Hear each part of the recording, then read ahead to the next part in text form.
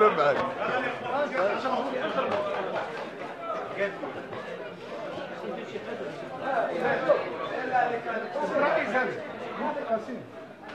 والله ما تبان لي بصح وراه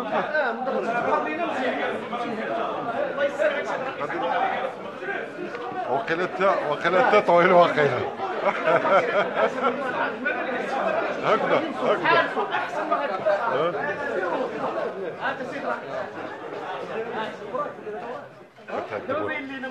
مازال ترى قول من الشدة عيني ان شاء الله يسير ان شاء الله يعطيك الصحة صافي.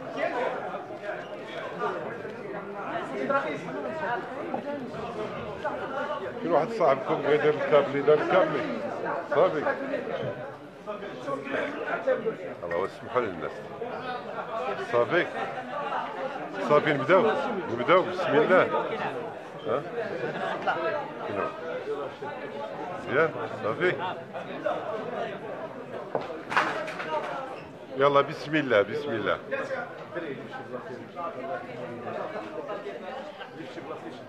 صافي صافي يلا يلا بسم الله الرحمن الرحيم.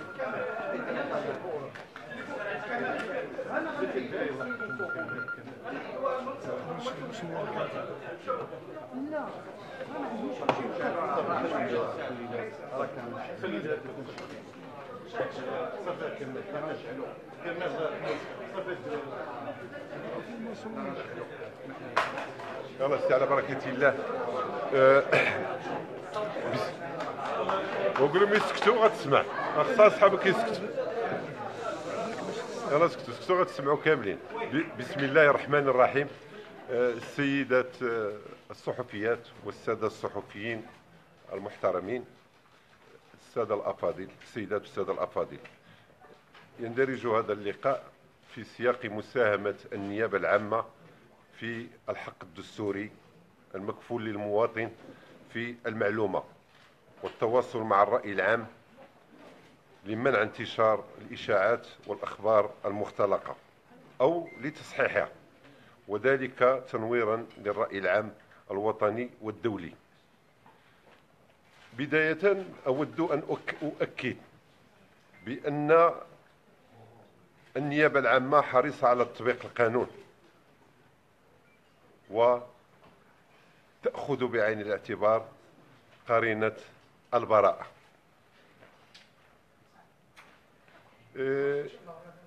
كما في علمكم أنه تم التداول أخيرا في بعض وسائل الإعلام الورقية والإلكترونية ومواقع التواصل الاجتماعي أنه تم تقديم شكاية بالزور ضد السيد الوكيل العام للملك بالدار البيضاء لكونه ذكر في محضر استنطاق المتهم توفيق بوعشرين بأن الأمر يتعلق بحالة تلبس، عوض أن يذكر أن الأمر يتعلق بالبحث التمهيدي.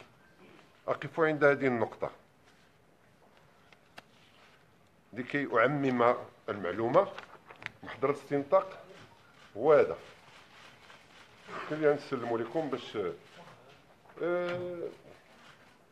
تنطبقوا على جميع المتهمين. كل ما هنالك كتبقى أحيانا يقدر يشطب على هذا مسطرة التلبس وأحيانا يتم إغفالها، وحتى ولو تم إغفالها فالعبرة بتحديد حالة التلبس من عدمها، ليس هو ذكر هذه العبارة في المحضر، بل العبرة في تحديدها كما تعلمون للقانون، وننازع فيها داخل الجلسة سواء من طرف الدفاع الذي يدلو بدلوه في هذا الإطار أو النيابة العامة، وللمحكمة الكلمة الفصل. ولا يرقى هذا مجرد دفع من الدفعات يثار أمام المحاكم، مئات دفعات تثار يوميا في هذا الإطار، وهذا لا يرقى إلى مرتبة تقديم شكاية بالتزوير. أنا تنقول القانون قلت بأن هذا الطعن بالزور اللي توجه ضد الوكيل العام بالدار البيضاء لأنه قال حال التلبس عوض البحث التمهيدي، بناء على هذه الحيثيات اللي ذكرت لكم، هذه الشكاية تم حفظها من طرف الوكيل العام لمحكمة النقد بتاريخ 8/3/2018، ووجه إشعار للمشتكي بهذا الخصوص. حفظت لكونها لا تستند على أي أساس قانوني ولعدم وجود أي تزوير. هناك شكاية ثانية أن المسماة عفاف برناني هي موقعها في القضية سيحددها القانون، هل هي مشتكية أم ضحية أم ستنتصب طرف مدني؟ هذا وضع آخر يحدد أمام المحكمة، لأنها تدعي بأنها لم تشتكي ولم تقدم أي شكاية في مواجهة سيد توفيق بوعشرين. الواقع هو هذا، أنها لم تتقدم بأي شكاية، ولكن وردت على لسان إحدى الضحايا التي أكدت بأنها كذلك أن السيدة عفاف برناني أخبرتها بأنها تعرضت للتحرش الجنسي من طرف المتهم توفيق بوعشرين. مجرد إخبار، الشرطة عليها أن تتأكد، وبالتالي تستدعي كل من ذكر في المحضر سواء بصفته ضحية أو شاهد أو مصرح. هذا ما وقع، تم استدعاؤها والاستماع إليها في محضر تصريحها. بعد ذلك تقدمت بواسطة دفاعها بشكاية في مواجهة ضابط الشرطة القضائية محرر المحضر، متهمة إياه بكونه زور عليها في تصريحاتها، وأنها لم تصرح له بأنها كانت ضحية تحرش جنسي من طرف السيد توفيق بوعشرين، وأنها أمضت على المحضر رغم تغيير هذا التصريح الذي لم يصدر عنها. فوجئ الضابط محرر المحضر بتصريحاتها في بعض وسائل الإعلام، لأنها فعلا هي تقدمت بهذه المقالات وهذه الإخبارية لوسائل الإعلام. فتقدم أمامنا تقدم يوم الجمعة بشكاية في مواجهتها، يتهمها بأنها أساءت إليه وإلى سمعته وإلى سمعة أسرته وسمعته بين زملائه في العمل. تقدم بشكاية مصحوبة بقرص مدمج يضبط ويوثق وقت الاستماع إليها. قرص مدمج يوثق لحظة الاستماع إليها. النيابة العامة تتفاعل مع جميع الشكايات. بمجرد توصلها بالشكاية أمرت باستدعاء وبإحضار المشتكى بها للاستماع إليها في الموضوع. وفعلا استمعنا إليها هذا الصباح في محضر أول. أكدت بأنها تؤكد شكايتها وأنها لم تصرح للضابط المذكور بأنها كانت عرضة للتحرش الجنسي من طرف السيد توفيق بوعشرين. وبعد إصرارنا عليها صرحت بأنها تؤكد بأنها لم تصرح له بأنها تعرضت للتحرش الجنسي من طرف سيد توفيق بوعشرين. بعد ذلك عرضنا عليها القرص المدمج الذي وثقه الضابط لحظة الاستماع إليها، وأنها في هذا التسجيل تظهر بادية وتقرأ محضر الاستماع إليها صفحة بصفحة، وورد في قراءتها بأن تقرأ هكذا بأن السيد توفيق بوعشرين تحرش بها كذلك، فاستفسرناها عن هذه الاتهامات للضابط، هي اتهامات باطلة، فقالت بأنها فصرحت بأنها تخوفت وعزت كذلك أيضا لكونها مدة ساعات وهي تنتظر، وكانت متسرعة للالتحاق بمنزلها. بناء على هذا كله وبناء على هذا الدليل العلمي، قررت النيابة العامة نظرا بعد دراستها للملف تبين لها بأن الأمر يتعلق بجنحة، لأنها حسب مقتضيات 200 فصل 100 أو المادة فصل 264 من القانون الجنائي هو إهانة الضابطة القضائية بالبلاغ الكاذب، وأحلنا المسطرة برمتها على السيد وكيل الملك بالمحكمة الابتدائية الزجرية للاختصاص. فبادر السيد الوكيل الملك إلى متابعتها بوكيل الملك بالمحكمة الابتدائية الزجرية بادر إلى متابعتها بجنحتي الإهانة بالبلاغ الكاذب والقذف طبقا لمقتضيات الفصل 264 من القانون الجنائي و 264 و 442 و 444 المتعلق بجنحة القذف. ماشي مشكل. 442 متعلق بجنحة لا ما كاين مشكل. ووجه لها استدعاء لكي تحضر لجلسة وجه لها استدعاء لكي تحضر، اسمح لي لأين وي الاستدعاء الذي وجه إليها لكي تحضر لجلسة 3/4/2018 المثولي أمام المحكمة. ولكي تتأكدوا جميعا مما صرحت به، فإنني سأعرض عليكم في شاشة محضر، لأن ما كاين العلنية ما كاينش مشكل.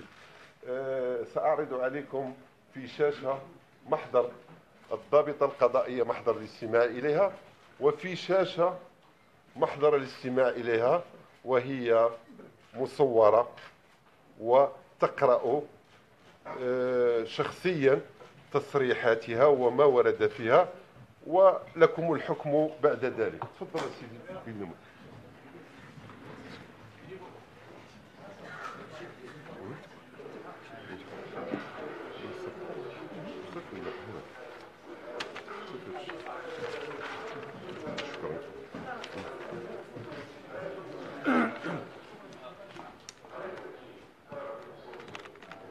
كلكم تسمعوا باش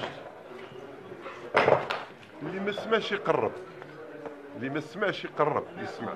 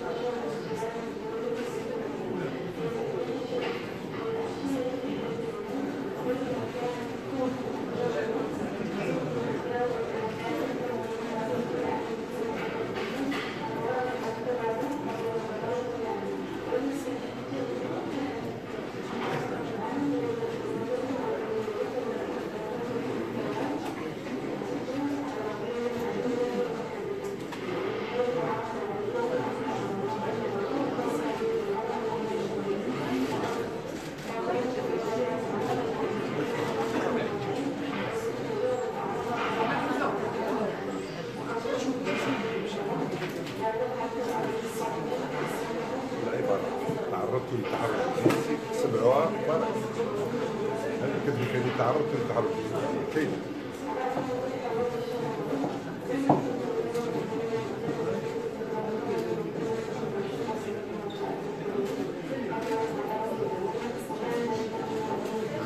كاش واحد فيكم يتصاعد اسمع غير يتاكد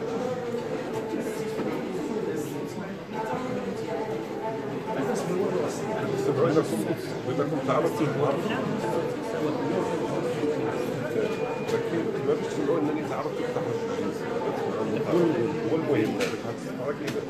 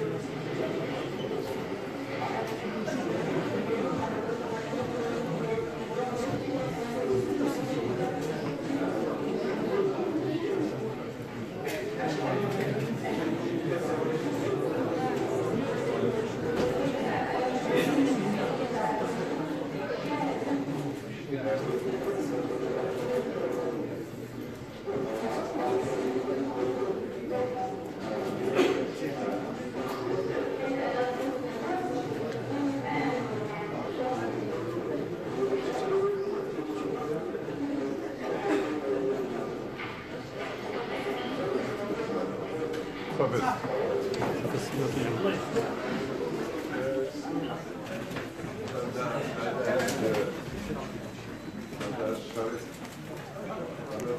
الذي يوافق محضر الضابطة القضائية نفس التصريح نفس حتى في القلب ديال الأوراق كما كتقلب هنا في المحضر كتقلب السيدة عفاف برناني وكتأكد بأنها تعرضت للتحرش الجنسي. قلنا بناء على هذه المعطيات راه تبعات من أجل الإهانة بالبلاغ الكاذب.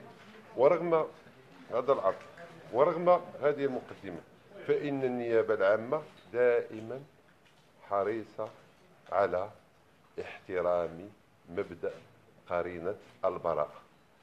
ما نهضروش على الملف متهم ب20 على اعتبار أنه معروض أمام المحكمة وكاين دفعات لا ديال النيابة العامة ولا دفعات ديال الدفاع المحترم والمحكمة هي التي لها قرار الفصل ولها الكلمة النهائية. وشكرا. كنا نسحب ياك ذلك.